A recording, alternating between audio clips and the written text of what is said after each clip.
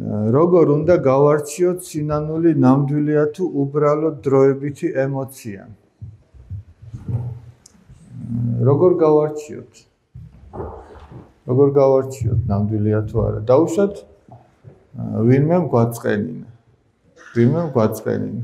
აი ეს ლამაზი გოგონა ვიღაცა მაწყენინა. რა ქვია სახელი? თიკო. შენ თეკლა? ქეთი? ქეთი. თიკო და ქეთი. როგორ გავარჩიოთ ვიღაცამ? ბოდიში? ნელი? როგორ გავარჩიოთ ვიღაცამ რომ გვაწყენინა მართლა ნანობს თუ არა? როგორ გავარჩიოთ?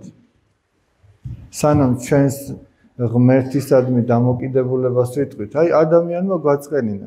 რითი შეატყობ რომ ის ნანობს თავის აქციას? ბოდიშს მოუხდის ხო პირველ რიგში ბოდიში. დაუშვათ ბოდიში მოუხადა, მაგრამ ისევ იგივეს აკეთებს.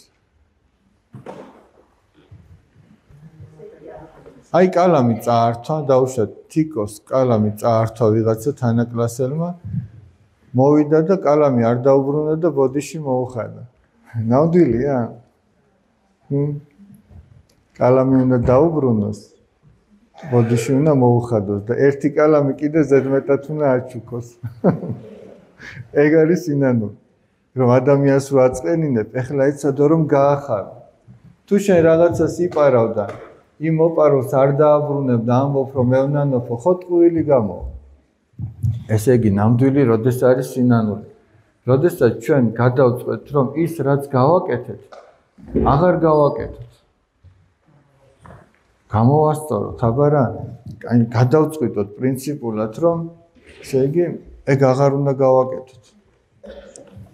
და მერე ვნანობთ ამას.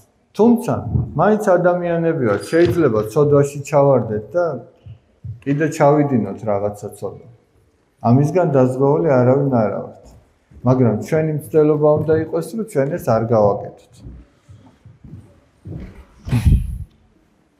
თან ნამდვილ სინანულს ახასიათებს ის, რომ ადამიანს იმედი აქვს, რომ ღმერთი მიუტევს, ღმერთი აპატიებს.